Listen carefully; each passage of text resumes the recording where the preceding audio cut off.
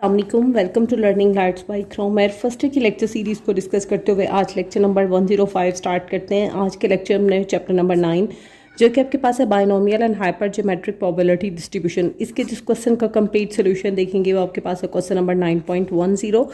Statement को start करने से पहले तमाम स्टूडेंट्स से रिक्वेस्ट है काइंडली मेरे यूट्यूब चैनल को सब्सक्राइब कीजिएगा, अपने दोस्तों के साथ शेयर करें ताकि ये वीडियोस बाकी स्टूडेंट्स के लिए भी हेल्पफुल रहे। 9.10 की स्टेटमेंट है, if x is equal to binomial distribution with n is equal to 10 and p is equal to 0.4 then find the mean and variance of y x minus 10 divided by 6। आपको x दिया गया है और n और p भी provide किया गया और आपसे y के अकॉर्डिंग मीन एंड वेरियंस को पूछा गया।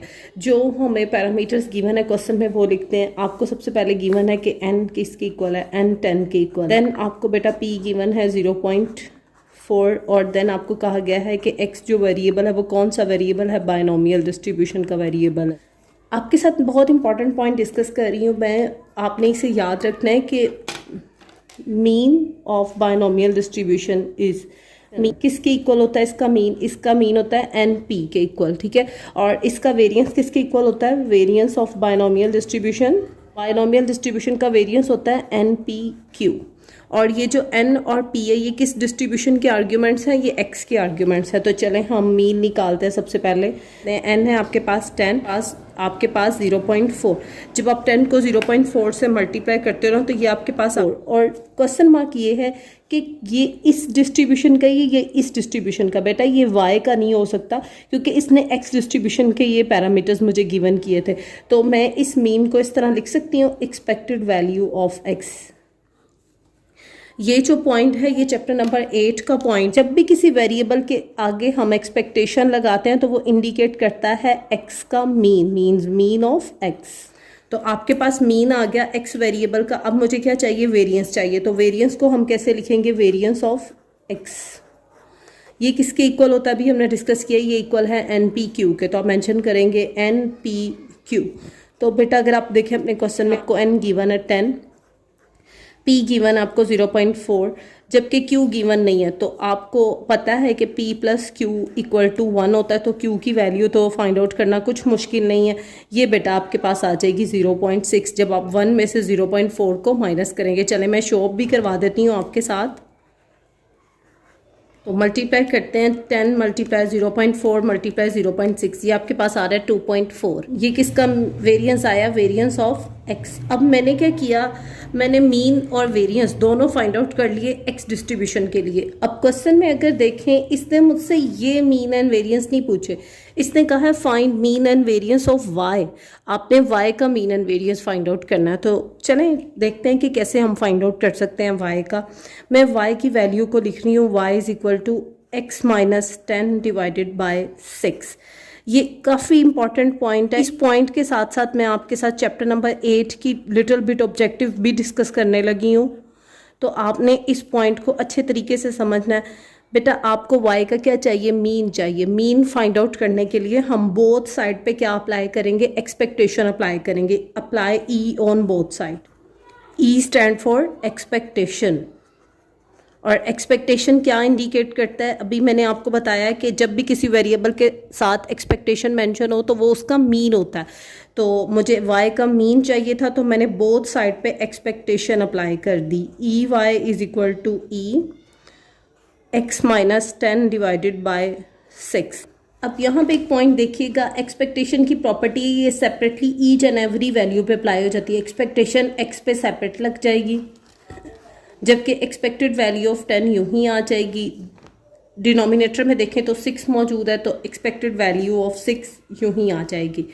बेटा जो मैंने आपसे प्रॉमिस किया है कि मैं चैप्टर नंबर 8 की भी ऑब्जेक्टिव डिस्कस करने लगी हूँ आपके साथ, तो इसमें एक पॉइंट याद रखना है, expected value of a constant. किसी भी कांस्टेंट पे अगर हम एक्सपेक्टेशन अप्लाई करें तो वो इक्वल किसकी आ जाती है, 0 के। तो अब आप देखो क्या 10 कांस्टेंट नहीं है, 10 और 6 कांस्टेंट है। तो इसका मतलब एक्सपेक्टेड वैल्यू ऑफ x यूं ही रह जाएगा। एक्सपेक्टेड वैल्यू ऑफ 10 किसके इक्वल आ जाएगी, 10 के इक्वल आ जाएगी। और एक्सपेक्टेड वैल्यू ऑफ 6 किसके इक्वल होती है, 6 के इक्वल होती है। तो मेरे पास एक्सपेक्टेड वैल्यू ऑफ y चल रहा है जिसे क्या कहते हैं, expected value of y indicate करता है mean of y. X find out नहीं किया 4, तो मैं यहाँ पे लिख दूंगी 4 माइनस 10 डिवाइडेड बाय 6, तो आपके पास मीन आ जाएगा वाई का। 4 माइनस 10 ये आपके पास आता है -6/6, कैंसलेशन होगा तो ये बचे आपके पास -1 आ रहा है मीन ऑफ वाई। तो ये बेटा आपने मीन कैलकुलेट किया, mean of y is equal to -1। Next आपको क्या कहा गया था, आपको कहा गया था कि आपने वेरिएंस भी कैलकुलेट करना है। नो इशू, हम इस y वेरिएबल की वैल्यू को दोबारा उठाते हैं। y is equal to x minus 10 divided by 6। y का वेरिएंस फाइंड आउट करने के लिए मुझे दोनों साइड पे क्या अप्लाई करना पड़ेगा, वेरिएंस अप्लाई करना पड़ेगा। तो यहाँ पे मेंशन करते हैं apply variance on both side. Apply करने के साथ साथ मैं आपके साथ रिवाइज करवाऊंगी property of variance and standard deviation, properties of variance and standard deviation. और आपको पता है ये कौन सा चैप्टर बन रहा है आपके पास, ये चैप्टर नंबर 4 बन रहा है। और इंस्टाग्राम पे एक स्टूडेंट है, उसको काफ़ी लेक्चर में ये इस टॉपिक पे प्रॉब्लम है, तो बेटा ये स्पेशली अब आपके लिए होगा, आपने इसे अच्छे तरीके से देखना है। स्टिल कोई प्रॉब्लम लगे आपने तो थ्रू वॉइस मुझसे इंस्टा पे पूछ लीजिएगा, मैं इंशाल्लाह कोशिश करूंगी कि मंडे को आपका पेपर है तो मैं आपको ऑन टाइम रिप्लाई कर सकूं। लेकिन बल्क में प्लीज़ क्वेश्चन सेंड मत किया करें। बेटा देखें, variance of y is equal to variance of x minus 10 divided by 6।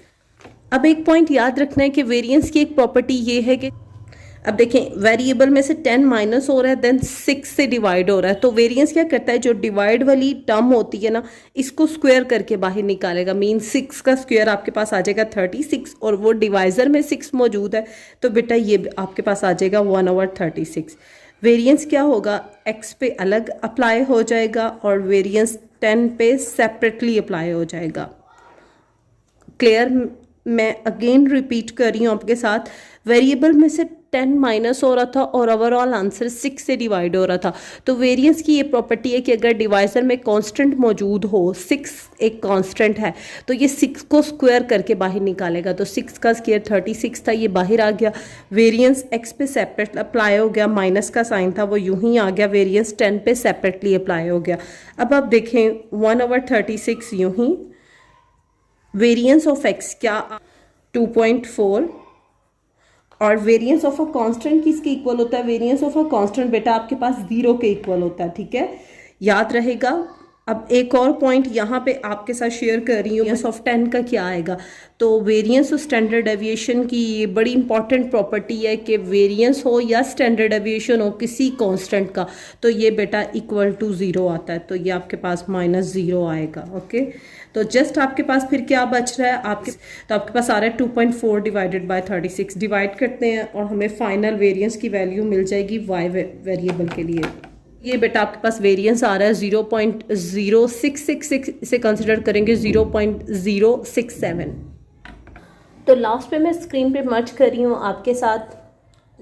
Left side पे आपके पास मीन एंड वेरिएंस है x, राइट साइड पे आपके पास y की वैल्यू मेंशन थी। देन हमने y का मीन फाइंड आउट किया जो कि मेरे पास आया -1, और मैंने y का वेरिएंस फाइंड आउट किया जो कि आपके पास आया 0.067। इस टाइप के क्वेश्चंस आपके लिए माइट भी पॉसिबल हैं कि एनुअल पेपर में आपसे पूछे जाएं, क्योंकि काफ़ी इजी से क्वेश्चन है। इसमें कुछ तो बेसिक चैप्टर्स की प्रॉपर्टीज डिस्कस की, और जब मेन टारगेट था आपने ये सीखा कि बायनॉमियल डिस्ट्रीब्यूशन का मीन होता है NP और इसका वेरिएंस होता है NPQ। इसके साथ आज का हमारा लेक्चर फिनिश होता है। लास्ट पे आप सबसे रिक्वेस्ट है, प्लीज़ चैनल को लाइक और सब्सक्राइब कीजिएगा, अपने दोस्तों के साथ शेयर करें, अपना ख्याल रखिएगा। अल्लाह हाफ़िज़।